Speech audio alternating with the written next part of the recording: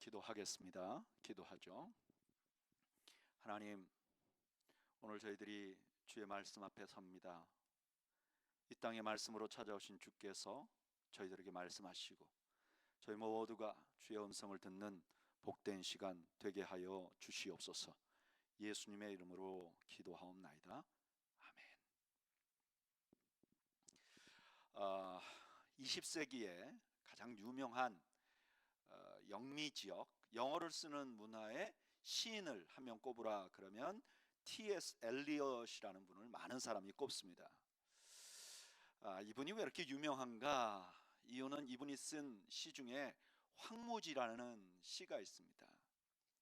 그런데 이 시가 이분을 그렇게 유명하게 만들었어요. 여러분들도 아마 이 19한 구절을 보면 이게 이 시구나 라고 생각할 거예요. 이 황무지는 여러 단어로 되어 있는데 제 1단의 첫 번째가 이렇게 시작됩니다. 제목은 사자들의 매장. 4월은 가장 잔인한 달. 죽은 땅에 라일락을 길러내고 추억과 욕망을 뒤섞으며 봄비로 둔한 뿌리들을 일깨운다. 겨울은 우리를 따뜻히 지며 주었다. 망각의 눈으로 대지를 휘덮어 마른 덩이 줄기로 어린 생명을 키웠다. 여름은 우리를 깜짝 놀라게 한다. 슈텐베르그 호수를 넘어오는 한 줄기 소나기로. 이 시의 첫 번째 말, 4월은 가장 잔인한 달이다. 이 말 한마디가 이 시를 유명하게 만들었습니다. 그러면 이 엘리엇은 왜 이 시를 지었는가? 2차 대전 이전에 유럽인들은 유럽이라는 유럽에 속해 있다는 것을 너무나 자랑스러워하는 상황이었습니다. 그들은 자신들만이 문명인이고 그렇지 않는 분들은 자신들이 계몽해야 될 사람들로 생각했습니다. 그런데 2차 대전이 지나가면서 그들의 민낯이 다 드러났어요. 그렇게 교양 있어 보이던 유럽인들이 서로 죽이고 살인마가 된 거죠. 그리고 자신들이 그렇게 소중하게 자랑스럽게 생각했던 문명들이 다 파괴되어 버립니다.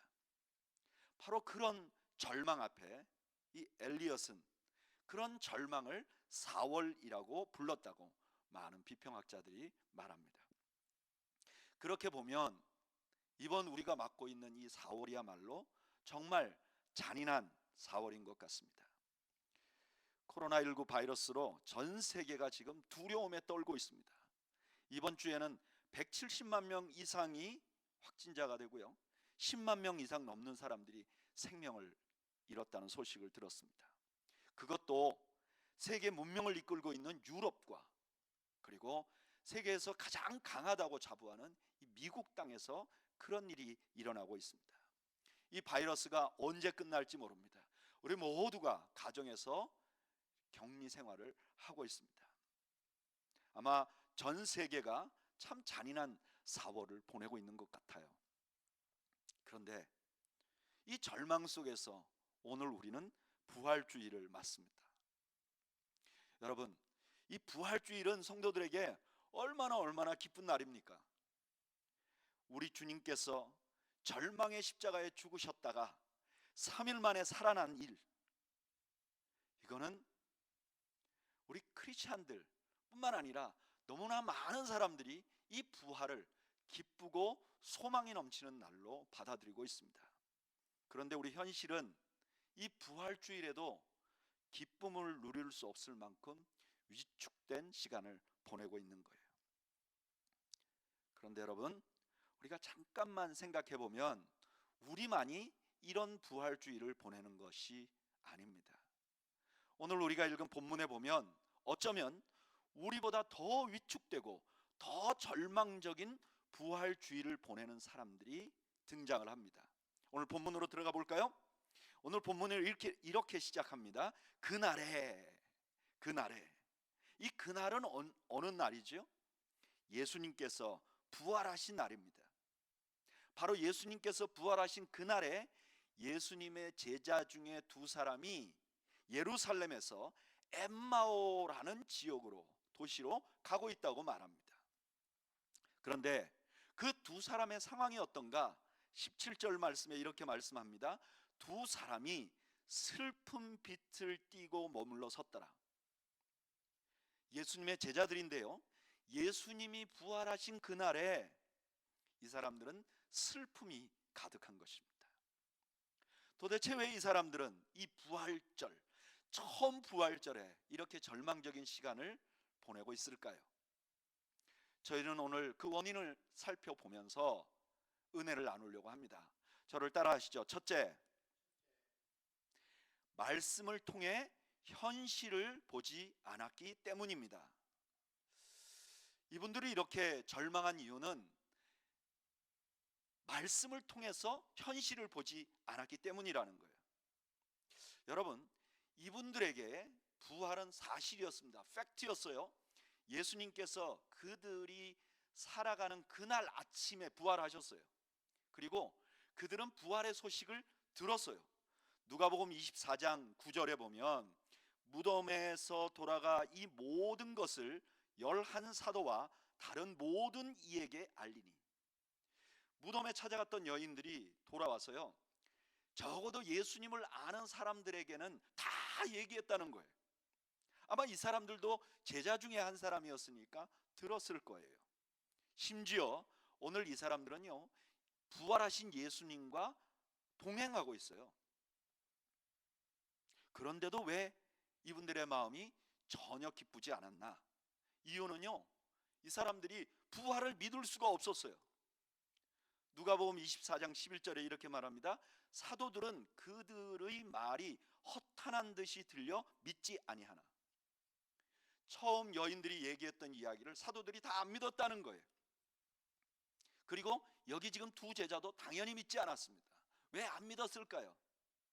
그들이 믿지 않은 이유를 예수님께서는 누가복음 24장 25절에 분명하게 말씀해 줍니다. 한번 읽어볼까요? 누가복음 24장 25절. 이르시되 미련하고 선지자들의 말한 모든 것을 마음에 더디 믿는 자들이요. 이들이 부활이 사실인데 그 부활의 시대를 살면서도 부활이 믿어지지 않았던 이유는 그들이 선지자들의 말한 말을 믿지 않았다는 거예요. 이들은 구약 성경을 믿지 않았기 때문에 예수님이 하신 말씀도 믿어지지 않았고, 예수님이 하신 말씀이 믿어지지 않았기 때문에 오늘 부활의 소식도 믿어지지 않았던 거예요. 너무 이상하죠? 그러면 우리가 이런 질문을 해볼 수 있어요. 그럼 왜 그들은 구약의 말씀을 믿지 못하게 됐나요? 이건 굉장히 사실 어려운 일입니다. 이분들이 유대인들이었을 거예요. 유대인들은 구약의 말씀을 믿는 사람들입니다. 이분들은 예수님의 제자들이었을 거예요. 그러니까 예수님께서 구약 성경에서 예수님에 대해서 예언한 것을 다 들었을 것입니다. 당연히 믿었을 것입니다. 그래서 제자들이 된 것이죠. 그런데 지금 그것을 안 믿는다는 거예요.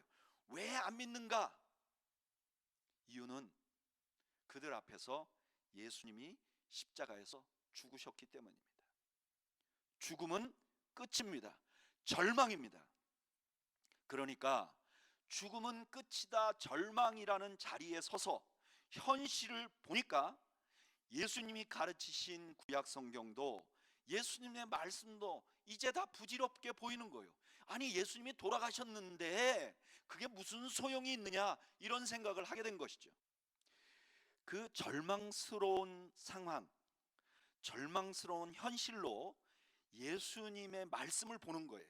그걸 프레임으로 예수님의 말씀을 보는 거예요. 그러니까 구약 성경도 믿어지지 않는 거죠. 예수님의 말씀도 다 부질없는 거예요. 이미 예수님이 돌아가셨으니까 그냥 아련한 추억이 되는 거예요. 그들의 진정한 문제는 그들이 직면한 현실로 하나님의 말씀을, 그리고 예수님의 말씀을 이해하려고 했다는 거예요. 그들은 반대로 했었어야 합니다. 구약의 말씀과 예수님의 말씀으로 상황을 보았어야 해요. 그 대표적인 사람들이 바로 부활을 처음 증거한 여인들이 그러했습니다. 누가복음 24장 5절 이하에 보면 예수님의 무덤에 찾아간 여인들이 예수님의 부활을 깨닫는 그 장면이 나옵니다. 제가 한번 읽어드릴 테니까 한번 다 같이 볼까요? 누가복음 24장 5절 이하. 여자들이 두려워 얼굴을 땅에 대니 두 사람이 이르되 어찌하여 살아있는 자를 죽은 자 가운데서 찾느냐? 여기 계시지 않고 살아나셨느니라. 갈릴리에 계실 때에 너희에게 어떻게 말씀하셨는지를 기억하라. 이르시기를 인자가 죄인의 손에 넘겨져 십자가에 못 박히고 제3일에 다시 살아나야 하리라 하셨느니라 한데, 8절이 중요합니다. 8절 한번 다 같이 읽어보죠. 시작. 그들이 예수의 말씀을 기억하고. 여러분, 아직도 이 여인들은 부활하신 예수님을 보지 않았어요. 그런데 천사들의 말을 듣고 나서 그들은 예수님의 말씀을 기억해냅니다. 어떤 말씀이냐? 누가복음 9장 22절에 이르시되 인자가 많은 고난을 받고 장로들과 대제사장들과 서기관들에게 버림받아 죽임을 당하고 제3일에 살아나야 하리라 하시고. 아멘. 이 말씀을 듣고 예수님의 이 말씀이 생각이 나고, 그리고 나서 부활을 확신하게 된 거예요. 여러분, 오늘 잔인한 4월에 부활절을 맞는 우리에게도 이런 자세가 필요합니다. 상황을 가지고 부활을 볼 것이 아니라 하나님의 말씀을 먼저 신뢰해야 합니다. 그리고 그 하나님의 말씀에 담긴 하나님의 마음을 가지고 세상을 보아야 합니다. 세상으로 하나님의 마음을 보는 것이 아니라 하나님의 마음을 통해서 세상을 볼 수 있어야 됩니다. 그러면 상황이 다르게 보이기 시작하는 것입니다. 우리가 하나님의 마음을, 하나님께서 우리를 향하신 마음을 먼저 보고 세상을 보면요, 매우 절망스러운 상황 가운데서도 소망을 가질 수가 있는 것이죠. 예레미야서 29장을 보면요, 그 예레미야서 29장은 포로로 잡혀간 사람들에게 하나님께서 하신 말씀입니다. 여러분, 유대인들에게 자기의 나라가 망하고 포로로 잡혀간다는 것은 너무너무 절망스러운 일이에요. 보통 어떤 국민이든지 그 나라가 망하고 또 그 나라가 망한 것 때문에 다른 나라에 포로로 잡혀간다는 것은 절망스럽습니다. 그런데 유대인들에게는 이중적인 절망이 있어요. 왜냐하면 유대인들에게 유대 나라는 하나님의 나라입니다. 유대인들에게 그들의 수도 예루살렘은 하나님의 성전이 거하는 곳입니다. 그러니까 그들의 신앙이 나라와 연결되어 있었던 거예요. 그런데 그 나라가 망하니까 현실적으로도 절망을 겪고 신앙의 뿌리까지도 흔들리는 절망이 있었던 거죠. 그런데 망해버린 거예요. 그 나라가 망했으니 얼마나 절망스럽습니까? 그런데 바로 그 절망하고 있는 이스라엘 백성들에게 예레미야가 이렇게 말합니다. 예레미야서 29장 11절. 여호와의 말씀이니라. 너희를 향한 나의 생각을 내가 아나니 평안이요 재앙이 아니니라. 너희에게 미래와 희망을 주는 것이니라. 나라는 완전히 망했는데요, 그들의 믿음까지도, 하나님에 대한 신뢰까지도 송두리째 흔들리는 그런 때가 되었는데도 그때 하나님이 이렇게 말하는 거죠. 너희들 환경을 보면 나에 대해서 어떻게 생각할지 모르지만 나는, 내 마음은 너희에 대해서 재앙이 아니라 평안이야. 너희에게 미래와 희망을 주는 것이야. 그리고 하나님께서는 이스라엘 백성들에게 포로로 잡혀가서 70년을 기다리라고 합니다. 여러분, 70년은 한 세대가 완전히 없어져 버리는 그런 기간입니다. 그러니까 자기 세대의 변화를 못 보는 거죠.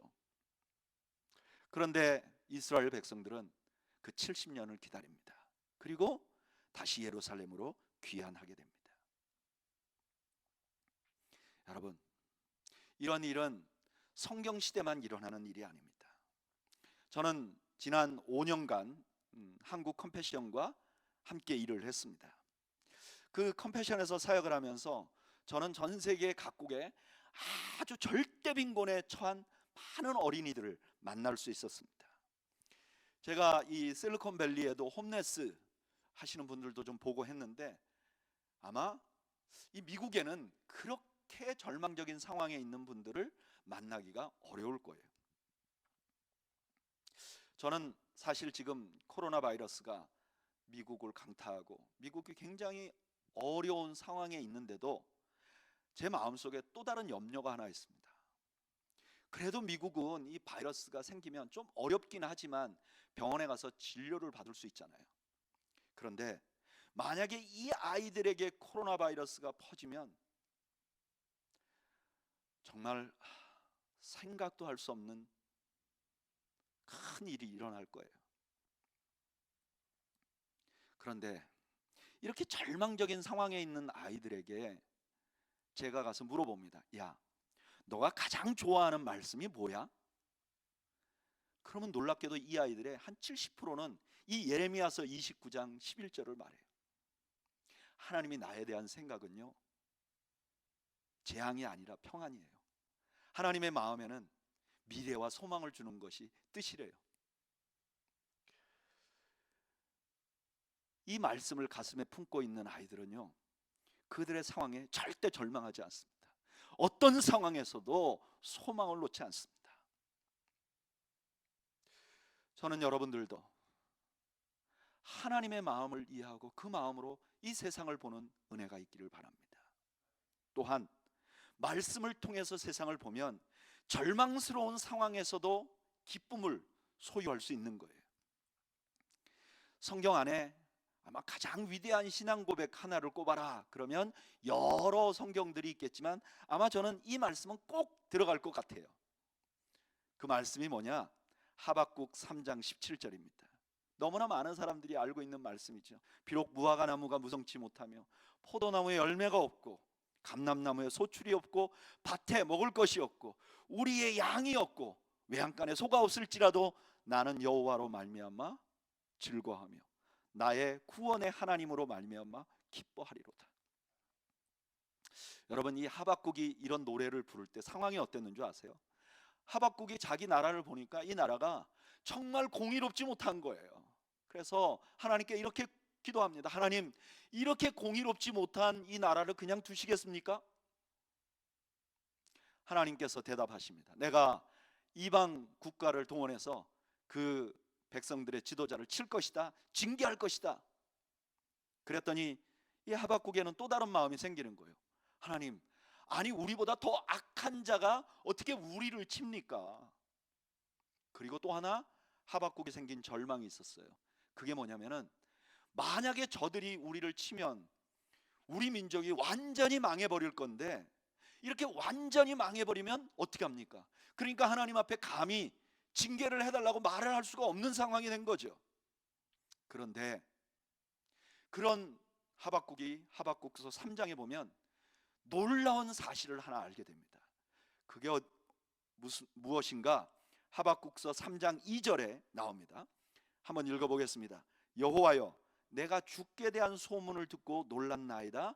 여호와여, 주는 주의 일을 이 수년 내에 부응하게 하옵소서. 이 수년 내에 나타내시옵소서.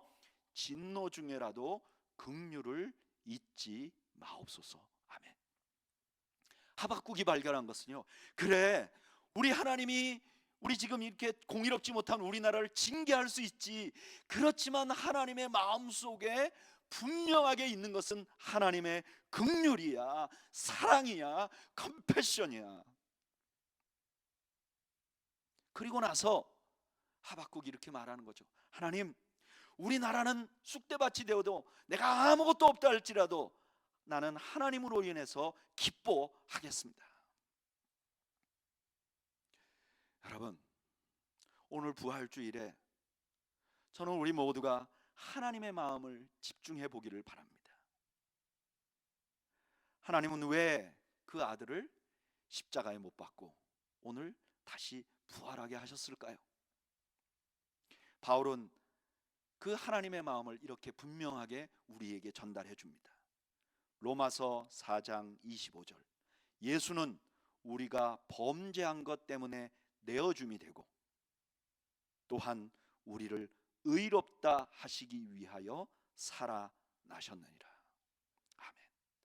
하나님이 우리 때문에 예수님을 십자가에 못 박았다는 거예요. 우리 때문에 예수님을 부활하게 하셨다는 거예요. 여러분, 오늘 부활주일날 그 하나님의 마음을 좀 헤아려 보시기 바랍니다. 그 하나님의 마음에 좀 집중해 보시기 바랍니다. 그리고 그 하나님의 마음으로 세상을 보시기 바랍니다. 미국을 바라보고 우리 가정을 바라보고 이 사회를 한번 바라보시기 바랍니다. 저는 여러분들에게 부활의 기쁨이, 부활의 그 놀라움이 다시 한번 회복되는 은혜가 있을 줄로 압니다. 두 번째로, 그들이 왜 부활주일날, 부활절에 그렇게 기뻐하지 못했는가? 저를 따라 하시죠. 예수님의 기대를 통해 나를 보지 않았기 때문입니다. 이들이 그렇게 기쁜 부활주일날도 절망했던 이유는 예수님의 기대를 통해서 나를 보지 않았기 때문이라는 거예요. 여러분, 이 사람들이 부활하신 예수님의 소식을 듣고도 그렇게 좌절했던 이유가 있었습니다. 이유가 뭐냐? 누가복음 24장 21절에 나오는데요, 제가 한번 읽어드릴게요. 우리는 이 사람이 이스라엘을 속량할 자라고 바랐노라. 이뿐 아니라 이 일이 일어난 지가 사흘째요. 자기가 왜 이렇게 절망하고 있는가? 이유가 뭐냐? 자기가 예수님을 이스라엘의 속량할 자로 생각했다는 거예요. 여기 속량이라는 말은 구약의 이스라엘이 애굽에서 탈출하는 것을 배경으로 한 말씀이에요. 그러니까 이 사람 마음속에 이런 마음이 있는 거죠. 예수님이 적어도 로마에서 자신들을 해방시켜 줄지도 모른다. 그런데 그 예수님께서 지금 십자가에 죽으셨어요. 그러니까 자신의 기대를 예수님이 만족시켜 주지 못하게 된 거예요. 혹시 예수님이 살아났다 하더라도 예수님은 이제 더 이상 자신의 기대를 만족시켜 주실 분이 아니죠. 그냥 살아나셨어도 그들이 좀 치료해서 어디 숨어 계셔야 되는 분으로 밖에 보이지 않는 거예요. 그러니까 부활의 소식을 들어도 그것이 그들에게 큰 기쁨이 되지 못했던 거죠. 심지어 그 절망이 얼마나 큰지 예수님하고 함께 있어도 그 예수님이 보이지 않을 정도였다는 거예요. 예수님에 대해서 자신의 기대에 집중하니까 부활의 주님을 보지 못하게 된 것입니다. 여러분, 이것은 지금 우리도 마찬가지예요. 우리가 예수님을 믿되 주님으로부터 뭔가 얻어내려고, 그러니까 예수님이 나의 기대를 만족시켜 주어야 하는, 나의 기대를 충족시켜 주어야 하는 분으로 보면요, 우리의 신앙이 환경에 의해서 왔다 갔다 합니다.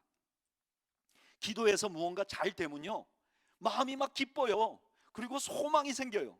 그러나 기도 응답이 안 되면, 혹은 불행이 생기면 기쁨이 없어져요. 막 신앙이 왔다 갔다 하는 거예요. 그리고 제가 보니까요, 이상하게 외로워요. 그냥 평소에 아무 일 없어도 막연한 두려움, 막연한 걱정을 마음 한구석에 품고 살아요. 또 그것을 좀 없애보려고 아주 종교 생활을 열심히 해요. 더 많이 기도하고 막 더 많이 헌금하고 막 더 많이 헌신해요. 그러나 그게 잘 안 없어져요. 그리고 고난이 오면 정말 하나님도 나를 떠나버렸다고 생각하는 경우가 얼마나 많은지 몰라요.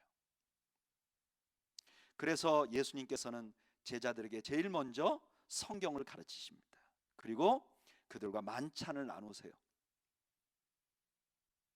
그리고 나서 이들의 방향은 바뀝니다.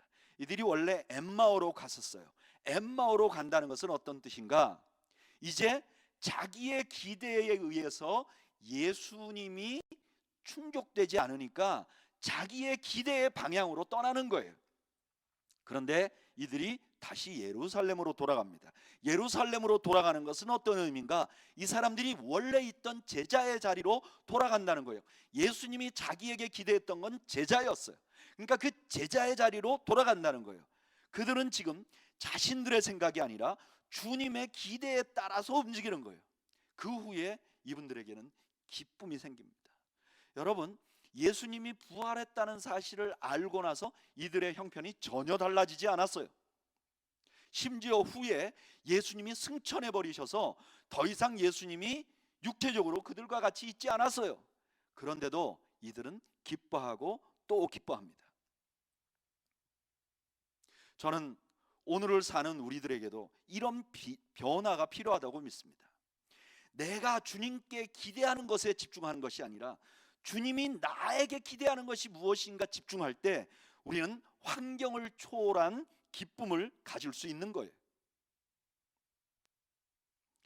제가 신학대학원에 입학할 때요, 유난히 저희가 입학할 때는 선교사 지망생들이 많았습니다. 그런데요, 이 선교사 지망생들 가운데서는 사회적으로 볼 때 매우 뛰어난 분들이 꽤 많았어요. 그런데 그들 모두가 신학교라는 데 오니까 다 똑같아진 거죠. 똑같이 경제적으로 어렵고 똑같이 뭔가 세상의 것을 포기하고 온 사람들이 된 거죠.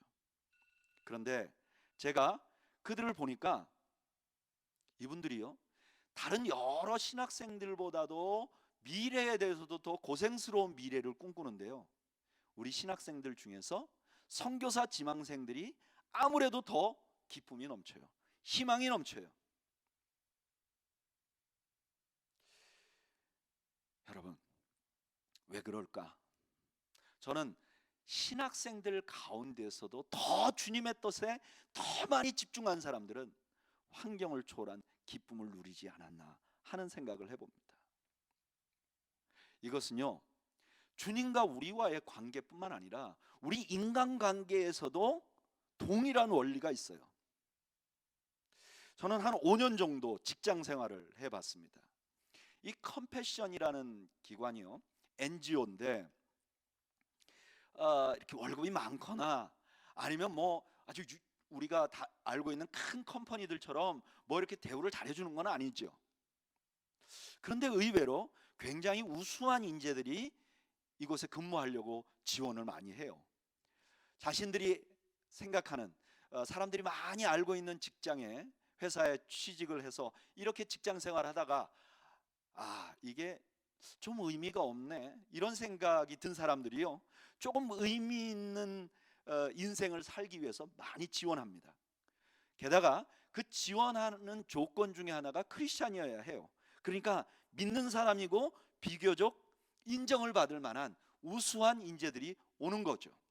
그런데 제가 그분들을 5년 동안 함께 사역하고 또 저와 한 팀이 돼서 그분들을 어떻게 하면 좀 더 성장시킬까 하는 그런 관점에서 그 우리 직원들을 살펴볼 수 있는 기회가 있었어요. 그런데 다는 아니고 100%는 아니지만 대체로 제가 내린 결론은, 직장에 취직을 해서 내가 어떤 이 직장에 가지고 있는 기대가 있잖아요. 나는 의미 있어야 된다, 나는 워라밸을 해야 된다. 예를 들면 이런 직장의 기대가 많은 사람은요, 좀 오히려 직장 생활이 행복하지 않는 거예요. 아이러니하게도 행복하지 않고 뿐만 아니라 그 직장 안에서 자기가 성장도 잘 하지 않아요. 그러니까 당연히 인정받지도 못하죠. 근데 반대로 이 컴패션에서 나에게 무엇을 기대하는가, 또는 컴패션에서 가진 이 정신에 내가 어떻게 하면 헌신할 수 있을까에 집중하는 사람들은요, 처음에는 조금 그렇지 않아도 시간이 가면 갈수록 굉장히 만족스러워하고 행복해하고, 그리고 그 분야에서 성장해요. 그리고 나중에는 인정도 받는 것을 볼 수 있어요. 이거는 직장에서만이 아니라 우리가 살고 있는 모든 사회에서도 적용이 될 수 있다고 생각합니다. 교회도 마찬가지죠. 내가 교회에 대해서 기대하는 게 많고 교회가 나에 대해서 기대하는 게 무엇인지 관심이 없으면 행복하기 어렵죠. 이건 가정도 마찬가지인 것 같아요. 부부가 저 남편이 아내가 내가 그 사람에게 기대하는 건 많은데 저 사람은 나에게 무엇을 기대할까 생각을 안 한 가정들은 행복하기가 좀 어려운 것 같아요. 이거는 그냥 부부 관계뿐만 아니라 부모 자식 간의 관계도 그래요. 부모는 자식이 자식이 나에게 무엇을 기대할까 생각이 없고 내가 최선을 다하면 되는 거지 이렇게 생각하고 자식에 대해서 기대를 한다든가, 반대로 자식이 부모에 대해서 부모님은 나에게 무엇을 기대할까 이런 생각을 하지 않으면 그 관계가 참 아름답게 되기 어렵죠. 그런 의미에서 저는 이 어려운 바이러스 가운데 있는 우리가 지금 집중해 보아야 할 것은 우리 주님이 나에게 무엇을 기대하고 있는가. 2000년 전에 십자가에서 죽으시고 부활하신 그 주님이, 오늘 부활하신 그 주님이 오늘 나에게 무엇을 기대하고 있는가. 우리가 이것을 생각해 볼 수 있는 그런 성도들이 되시기를 바랍니다. 저는 그레이스밸리 교회 부임한 지 지금 한 달 반쯤 된 것 같아요. 정확히 한 달 15일. 이 부임했다기보다는 이 산호세에 온 지 한 달 15일이 됐습니다. 한 달 15일 동안 제가 이 바이러스 때문에 딱 한 번 오프라인 예배를 드렸고, 그것도 우리 성도들의 한 반 정도 참여한 것 같아요. 그리고 나머지는 다 온라인으로 예배를 드리고 있고, 오늘도 온라인으로 예배를 드리고 있습니다. 저에게 지난 45일 정도의 기간은 조금 하나님과 기도하고 또 하나님의 뜻을 생각해 볼 수 있는 그런 시간이었어요. 그래서 저녁에 이렇게 기도합니다. 하나님 이 상황에서 하나님은 나에게 무엇을 기대하고 계십니까? 내가 무엇을 하기를 원하십니까? 참 많은 생각을 하게 되고, 내가 할 수 있는 상황에서 최선을 다해서 성도들을 섬기고, 그 안에서 저는 조금씩 기쁨을 갖고 있습니다. 여러분, 이렇게 바이러스가 창궐한 상황에 우리 주님은 우리에게 무엇을 기대하고 있는가? 우리 주님은 이 그레이스 밸리 교회에게 무엇을 할 것을 기대하고 있는가? 저는 우리가 그런 생각을 좀 해보면 좋겠어요. 하나님은 우리 교회에게 무엇을 기대하고 있는가? 또 한 걸음 더 나가서 여러분들은 교회의 구성원으로서 주님이 이 교회를 위해서 무엇을 하기를 기대하고 있는가? 내가 지금 교회 구성원으로서 이렇게 모두가 집안에 있는 이 시간에 나에게 무엇을 하기를 기대하시는가?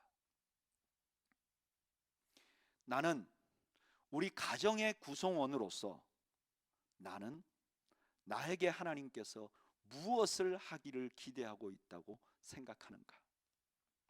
그것은 거창하게 한 게 아닐 것입니다. 지금 이 상황에 내가 처한 처지에서 주님은 나에게 무엇을 하기를 기대하시는가? 저는 우리가 기대를 바꾸어야 한다고 생각합니다. 이 고난의 시간에 나는 하나님께 무엇을 요청하는가에 집중하는 게 아니라 하나님이 나에게 무엇을 요청하는가에 집중하시는 여러분들이 되시기를 바랍니다. 말씀을 맺겠습니다. 우리는 참 잔인한 4월에 부활절을 맞고 있습니다. 우리 힘으로는 이 어려움을 해결할 수 없습니다. 그러나 우리의 관점은 바꿀 수 있습니다. 저는 우리가 이 상황을 하나님의 마음이라는 관점으로 상황을 볼 수 있는 우리가 되기를 바랍니다. 그리고 이 상황에서 하나님이 나에게 기대하는 것이 무엇인지를 발견하는 우리가 되기를 바랍니다. 그리고 그것을 내가 속한 공동체 가정에서부터 내 주변의 지인들에게 그리고 교회에 실천해 나가는 여러분들이 되시기를 바랍니다.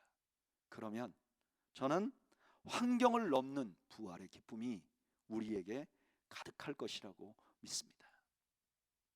저는 이 2020년 부활주일 여러분들 모두의 마음속에 환경을 초월하는 주님의 부활의 기쁨이 가득하시기를 주의 이름으로 축원합니다. 우리 잠시 한번 눈을 감고 기도를 할까요? 한 1, 2분 정도 오늘 말씀을 한번 생각해 보죠. 나는 코로나 바이러스가 시작되는 지난 2달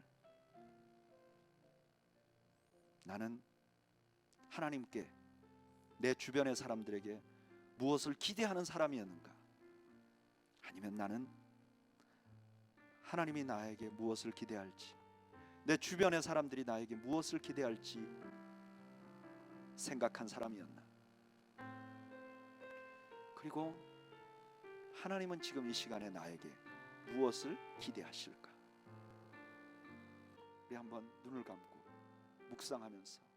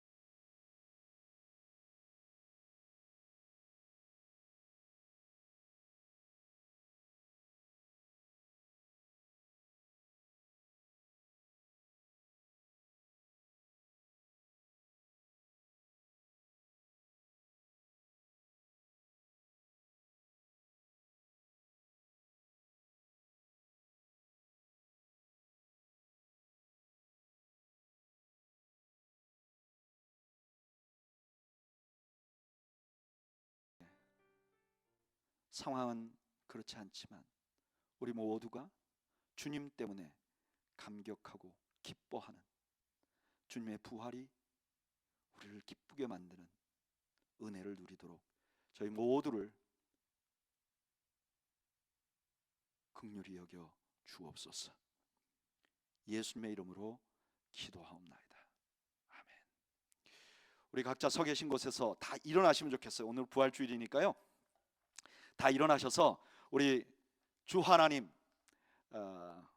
우리 다시 사신 주님, 우리 영광의 주님, 우리 찬양을 드리면서 찬양 드리고 나서 축도하고 마칠 텐데 우리 다 일어나시죠. 네. 우리 다 일어나셔서 우리 찬양하겠습니다.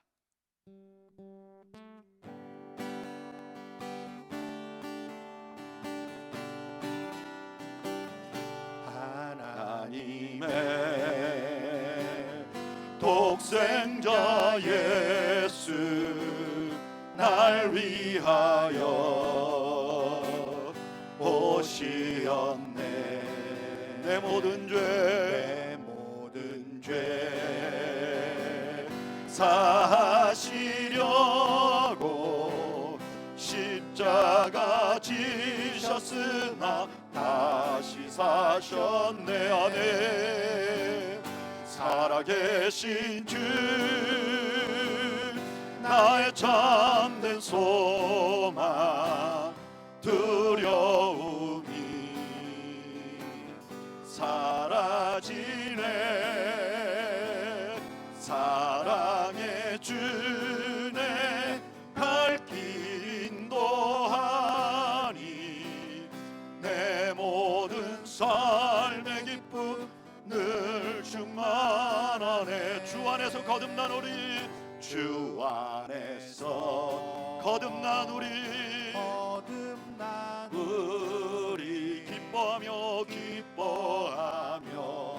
찬양하리 찬양하리. 가슴 속에 넘치는 확신 넘치는 확신 우리의 가는 길에 소망 넘치네. 아멘. 살아계신 주 살아계신 주 나의 참된 소망 두려움이 사라지네.